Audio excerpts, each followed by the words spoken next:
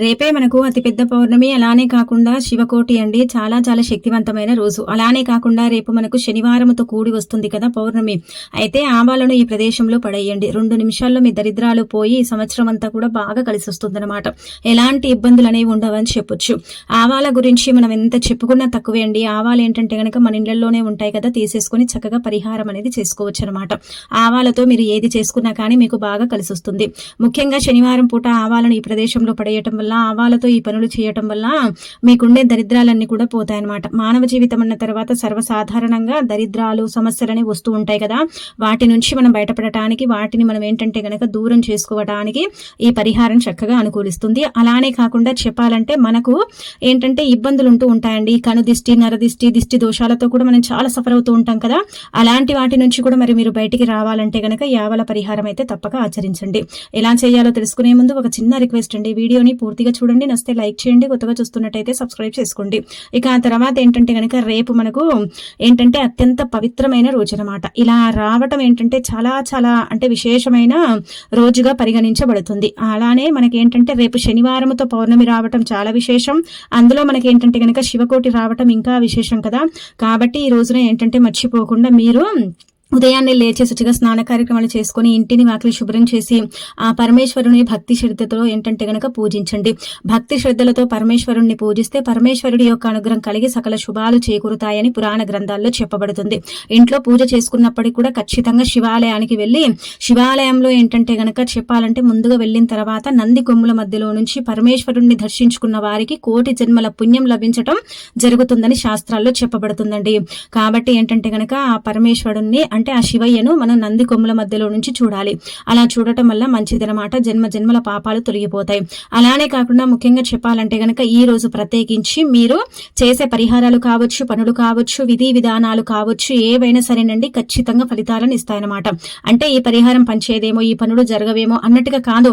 మీరు ఏది చేసుకున్నా కానీ మీకు బాగా కలిసి వస్తుంది. అలానే కాకుండా శివాలయానికి వెళ్ళి మీరు అంటే శివుడి వాహన నంది కాబట్టి నంది కొమ్ముల మధ్యలో నుంచి పరమేశ్వరుణ్ణి చూస్తే ఖచ్చితంగా మన జన్మ ధన్యమైపోతుంది. అలానే కాకుండా మనము ఈ రోజండి మనకు చాలా కోరికలు ఉంటాయి. కోరికలు తీరనే తీరవు కదా కొన్ని సార్లు. ఆ కోరిక ఏదైతే మీకు తీరట్లేదని మీరు బాధపడుతున్నారో ఆ కోరిక సీక్రెట్ గా నంది చెవిలో చెప్పండి. అలా చెప్పటం వల్ల ఏంటంటే గనక ఆ కోరిక అంటే మనం చెప్పుకున్న కోరిక నందీశ్వరుడు తీసుకెళ్లి పరమశివుడి పాదాల చెంత పెట్టడం అనేది జరుగుతుందన్నమాట. అలా పెట్టినప్పుడు మన కోరిక ఏంటంటే గనక పరమశివుడు ఖచ్చితంగా తీరుస్తాడని పురాణాలలో చెప్పబడుతుంది. ఈ రోజు చాలా చాలా శక్తివంతమైన రోజు కాబట్టి ఈ రోజున మనం ఏంటంటే గనక శివాలయానికి వెళ్లి అభిషేకం చేసుకోవటం, అలానే కాకుండా గజస్తంభం దగ్గర దీపారాధన చేయటం, ఇంట్లో కూడా నిష్ట నియమాలతో పూజ చేసుకోవటం, ఇదంతా కూడా చేస్తే మంచి ఫలితాలను అయితే మనం చూడొచ్చు అనమాట. ఇలా పరిహారాలు చేసేసుకుని మనకు ఉండే ఇబ్బందులన్నీ కూడా పోగొట్టుకోవచ్చు. ఇంతటి అద్భుతమైన రోజు మరలా మనకు రాదని శాస్త్రాల్లోనే చెప్పబడుతుంది అనమాట అండి. కాబట్టి ఈ రోజున అస్సలు వదులుకోకండి. మనకు ఈ సంవత్సరంలో మొదటి పౌర్ణమి. ఇలా అలానే కాకుండా ఏంటంటే గనక మన గ్రహాల అనుకూలత, గ్రహాల ఇబ్బందులు ఇవన్నీ కూడా తొలగిపోయి మనకు బాగా కలిసి రావాలంటే తప్పనిసరిగా చేసుకోవాల్సిన పరిహారాలు అనమాట. ఆవాల గురించి మనం ఎంత చెప్పుకున్నా తక్కువే అండి. ఆవాలు తంత్రపరంగా, మంత్రపరంగా, యంత్రపరంగా చాలా చక్కగా ఉపయోగపడతాయి. చాలా మంచి రిజల్ట్ ని తెచ్చి పెడతాయి అనమాట. ఆవాలతో చేసుకునే పరిహారాలన్నీ కూడా మనకు 99% అంటే సిద్ధిస్తాయి. అంతెందుకండి, మనకి ఏదైనా సరే అనారోగ్య సమస్య పదే పదే వచ్చి ఇబ్బంది పెడుతుంది, అనారోగ్యంతో మేము చాలా సఫర్ అయిపోతున్నామండి, ఏం చేయాలో అర్థం కావట్లేదు లేదండి అనుకుంటారు కదా. అయితే అలాంటి వాళ్ళు ఏంటంటే గనక రేపు మనకు పౌర్ణమి ఉంది, శనివారం కూడా ఉంది కదా. మన ఇళ్లలో ఆవాలు ఉంటాయి. మనం పెద్దగా డబ్బుని కూడా ఖర్చు పెట్టాల్సిన అవసరం లేదు ఇక్కడ మనం చూసుకుంటే. ఎందుకంటే ఒక స్పూన్ ఆవాలు తీసుకుంటే చాలు పరిహారానికి. ఇంకా అంతకు మించి మనకు పెద్దగా అవసరం కూడా ఉండదన్నమాట. అందుకే ఒక తెల్లని కాగితం తీసుకుని అందులో ఒక స్పూన్ ఆవాలు తీసుకోండి. ఇదేంటంటే చేసిన తర్వాత మీరే పరిహారాన్ని చూసి ఆశ్చర్యపోతారండి. అంత చక్కగా పనిచేస్తుందన్నమాట. ఒక స్పూన్ ఆవాలు తీసుకుంటారు కదా, తీసుకున్న తర్వాత తెల్లని కాగితంలో పెట్టేసి ఇంట్లో చేయకూడదు. ఇంట్లో చేస్తే మనది మనకే తాకుతుంది కదా, కాబట్టి ఇంట్లో నుంచి బయటకు వచ్చేయండి.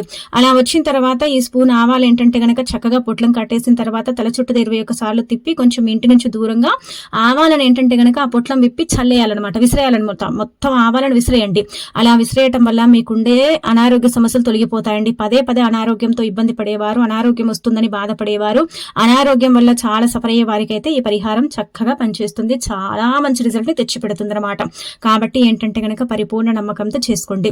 ఆ తర్వాత ఏంటంటే దిష్టి దోషాలండి. దిష్టి పదే పదే తాకుతూ ఉంటుందండి, దిష్టి వల్ల మేము చాలా సఫర్ అయిపోతున్నాము, దిష్టి మమ్మల్ని ఇబ్బంది పెడుతూ ఉంటుందండి అనుకుంటారు కదా. అయితే అలాంటి వాళ్ళు ఆవాలతో ఇప్పుడు చెప్పే విధంగా ఈ పరిహారం చేసుకోండి. అంటే ఆవాలను ఏంటంటే గనక కాల్చండి, దిష్టి తీసి ఆవాలను కాలిస్తే దిష్టి పోతుందన్నమాట. దిష్టి నుంచి మనకు విముక్తి కలుగుతుంది. దిష్టి మళ్ళీ మన దరిదాపుల్లోకి రాకుండా ఉండటానికి ఈ ఆవాల పరిహారం అనేది పనిచేస్తుందన్నమాట. అందుకే ఏంటంటే గనక మన ఇంట్లో ఉండే ఆవాలండి, తంత్రశాస్త్రంలో ఆవాలకు చాలా ప్రాధాన్యత ఇవ్వబడుతుందండి.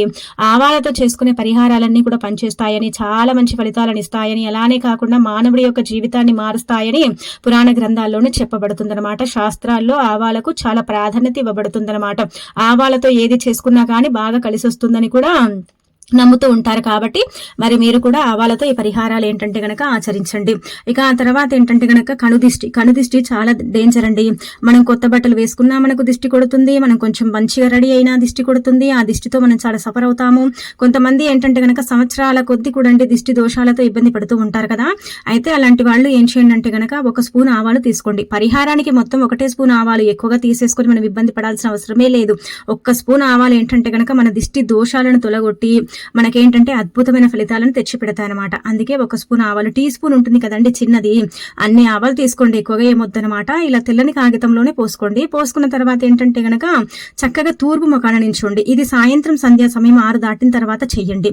ఆ సమయాలలో చేసుకుంటే మంచి ఫలితాలు ఉంటాయన్నమాట. మీరు ఎప్పుడు పడితే అప్పుడు చేస్తే పెద్దగా ఫలితం అయితే ఉండదు. సాయంత్రం సంధ్యా సమయంలో చేసుకున్నారనుకోండి, అప్పుడు ఏంటంటే గనక మంచి ఫలితం వస్తుందన్నమాట. అలా మీరు 1 స్పూన్ అంటే తెల్లని కాగితంలో పోసుకున్న తర్వాత తూర్పు ముఖాన చక్కగా నించొని మీరు మీ ప్రాంతానికి తగ్గట్టుగా దిష్టి తీసుకోవచ్చు. ఒక్కొక్కరు ఒక్కొక్క రకంగా దిష్టి తీస్తారండి. కొందరు ఏంటంటే గనక సవ్య దిశలో అసవ్య దిశలో దిష్టి తీసుకుంటారు. కొందరు ఏంటంటే గనక కేవలం అండి తల చుట్టుదాన్ని తిప్పుతూ ఉంటారు. అంటే ఇలా తిప్పుకోవటం. కొంతమంది దిగదూర్చటం, అంటే నుదుటి భాగం నుంచి బొటన వేలు వరకు దిగదూర్చి ఆ తర్వాత వాటిని ఏంటంటే కాల్చటం కానీ పడేయటం కానీ చేస్తూ ఉంటారు. మనం ఏంటంటే గనక ఈ పరిహారాన్ని ఇంకా మనకు సంవత్సరం అంతా కూడా బాగుండాలి, ఇబ్బందులు ఉండకూడదు, ఎలాంటి నష్ట కష్టాలు ఉండకూడదు, మేము లైఫ్ లో ముందుకు వెళ్ళాలి అనుకుంటారు కదా. అలాంటి వాళ్ళు ఇలా తెల్లని కాగితంలో పోసుకున్న తర్వాత తూర్పు ముఖాన నించుని చక్కగా మీరు మీ ప్రాంతానికి తగ్గట్టుగా దిష్టి తీయండి. మాకు రాదండి అనుకుంటే మాత్రం తల చుట్టూగా 11 సార్లు కానీ 7 సార్లు కానీ తిప్పండి. అలా తిప్పిన తర్వాత వాటిని బయటికి తీసుకెళ్లి కాల్చేయండి. కాలుతాయి ఆవాలు కొంచెం చిటపలాడుతూ ఉంటాయి కాబట్టి కాలేటప్పుడు కొంచెం జాగ్రత్తగా ఉండండి. ఇలా ఆవాలను కాల్చేస్తే దిష్టి అక్కడితో ఆగిపోతుంది. ఎంతటి నరదిష్టి, చెడు దిష్టి మానవుడి మీద ఉండే ఈ యొక్క భయంకరమైన దిష్టి ఉంటుంది కదా, దాని నుంచి కూడా మీరు బయటపడతారనమాట. దాని నుంచి కూడా మీరు బయటికి రావడానికైతే అవకాశం ఉంటుందండి. చాలా చాలా శక్తివంతమైన పరిహారం అండి. చాలా వరకు కూడా అద్భుతాలు జరిగేలాగా ఉపయోగపడే పరిహారం అనమాట. పరిహారం పనిచేస్తుందో లేదో, ఫలితం వస్తుందో రాదో, ఇలాంటి సందేహాలు అసలు పెట్టుకోకండి. అంటే డౌట్ పెట్టకూడదు ఎప్పుడు కూడా. మనం డౌట్ పెట్టుకొని ఇలా ఏంటంటే గనక పరిహారం చేసుకుంటే అది మనకు పనిచేయదు. అది మనకి ఏంటంటే గనక పెద్దగా ఫలితాలను ఇవ్వదనమాట అండి. అందుకే మీరు ఎలాంటి డౌట్లు పెట్టుకోకుండా చక్కగా ఈ పరిహారం చేసేసుకోండి. ఎంతలా ఫలితం వస్తుందనేది మీరే చూడండి. మీరే ఏంటంటే గనక షాక్ అయిపోతారనమాట. అంత చక్కగా పనిచేసే పరిహారం అండి. అంత పవర్ఫుల్ పరిహారం అనమాట. అస్సలు కూడా వదులుకోకుండా ఈ పరిహారం అయితే ఆచరించుకోండి. ఆచరించేసి ఫలితం అనేది పొందండి. మీకుండే కష్టాలు నష్టాలు తొలగించుకోండి. అలానే కాకుండా ఇంకొకటి ఏంటంటే గనక ఈ పరిహారం చేసినట్టు ఇతరులకు చెప్పకండి. ఈ 2 పరిహారాలు అద్భుతమైన ఫలితాలను తెచ్చిపెట్టి మీ జీవితాన్ని మార్చి మీకుండే దరిద్రాలన్నీ కూడా తీసేసి మీకేంటంటే గనక సంవత్సరం అంతా కూడా బాగా కలిసి వచ్చేలాగా చేస్తాయన్నమాట. ఈ రోజు పరమ పవిత్రమైన రోజు, శనివారం కూడా ఉంది కాబట్టి శని నుంచి కూడా మనం విముక్తి కలిగించుకోవటానికి ఆవాలతో ఈ పరిహారం చేసుకోవచ్చని పురాణ గ్రంథాల్లో చెప్పబడుతుందండి. శాస్త్రాల ప్రకారం ఏంటంటే గనక ఆవాలకు అతీత పవర్ ఉంటుందండి. ముఖ్యంగా ఈ తిదివార నక్షత్రాలు ఉంటాయి కదా, అప్పుడు ఏంటంటే ఆవాలతో మనం పరిహారం చేసుకుంటే తొందరగా పనిచేస్తుందని శాస్త్రాల్లో చెప్పబడుతుందన్నమాట. కాబట్టి ఆచరించేసుకుని ఫలితం పొందండి. ఏది చేసినా కాళ్ళు చేతులు శుభ్రం చేసుకుని ఇంట్లోకి వెళ్ళండి. లేకపోతే మళ్ళీ మీరు చేసింది వేస్ట్ అయిపోతుంది. ఇది గుర్తుపెట్టుకోండి. ఆ తర్వాత రేపు గుమ్మం దగ్గర ఇది చల్లుకోండి. ఇదేంటంటే గనక సాయంత్రం గుమ్మం దగ్గర ఇది చల్లటం వల్ల అష్టదరిద్రాలు పోయి ఇంటికి అష్టైశ్వర్యాలు కలిసి వస్తాయి. అలానే కాకుండా ఇల్లు తులతూగుతూ ఉంటుంది. ఇంటి పరంగా ఉండే సమస్యల నుంచి విముక్తి కలుగుతుందన్నమాట. ఇంట్లో ఏర్పడే గందరగోళమైన పరిస్థితి నుంచి మనం బయటపడాలన్నా, ఇల్లు మనకు అనుకూలించేలాగా చేసుకోవాలన్నా, ఇంటి వాతావరణం బాగుండాలన్నా సరేనండి, తప్పనిసరిగా మీరేంటంటే గనక గుర్తు పెట్టుకోండి. మీ ఇంట్లో ఏంటంటే గనక ఇది చల్లుకోండి. ఇది చల్లటం వల్ల కావచ్చు, లేదంటే గనక ఈ విధంగా పరిహారం చేయటం వల్ల కావచ్చు. రేపు పౌర్ణమి ఉంది కదా, మంచి ఘడియలు ఏర్పడతాయి కాబట్టి ఈ విధంగా చేసుకోవటం వల్ల అద్భుతమైన ఫలితాలు వస్తాయన్నమాట. ఏమీ లేదండి, మీరు ఏం చేయండి అంటే గనక ఇక్కడ చూయించే విధంగా ఈ వస్తువులు తీసుకొని ఇంట్లో చల్లుకోవాలన్నమాట.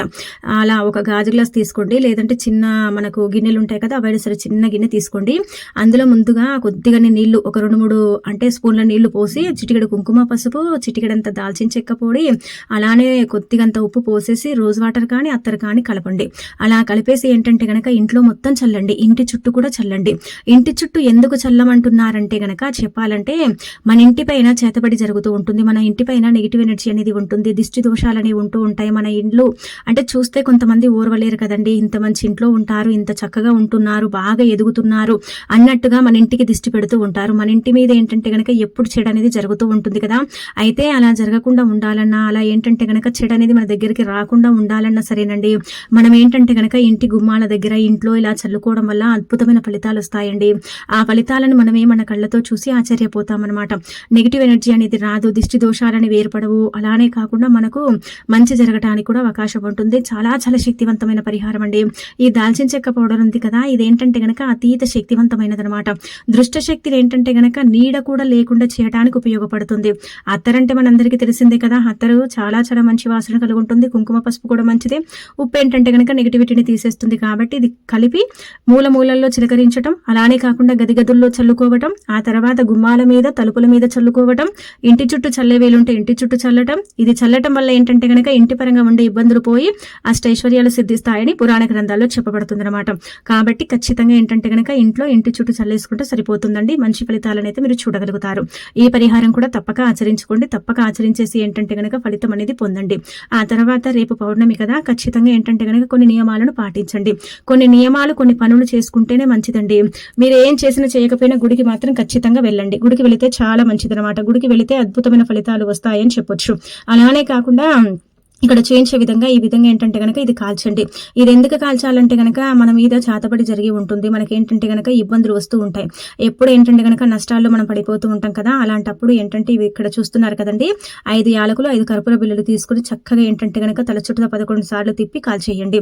ఇలా కాల్చడం వల్ల మన మీద ఉండే చేతబడి మొత్తం తొలగిపోతుంది. మనకు అద్భుతమైన ఫలితాలతో మన జీవితం మారిపోయి మనకు అష్టైశ్వర్యాలు సిద్ధిస్తాయని చెప్పుకోదగ్గ విషయం. కాబట్టి రేపు సాయంత్రం సంధ్యా సమయంలో ఏంటంటే గనక ఇది కాల్చండి. అలానే కాకుండా మీకు జిల్లడాకు దొరికితే తెచ్చుకొని దాని మీద పెట్టి కాల్చండి, మంచిదనమాట.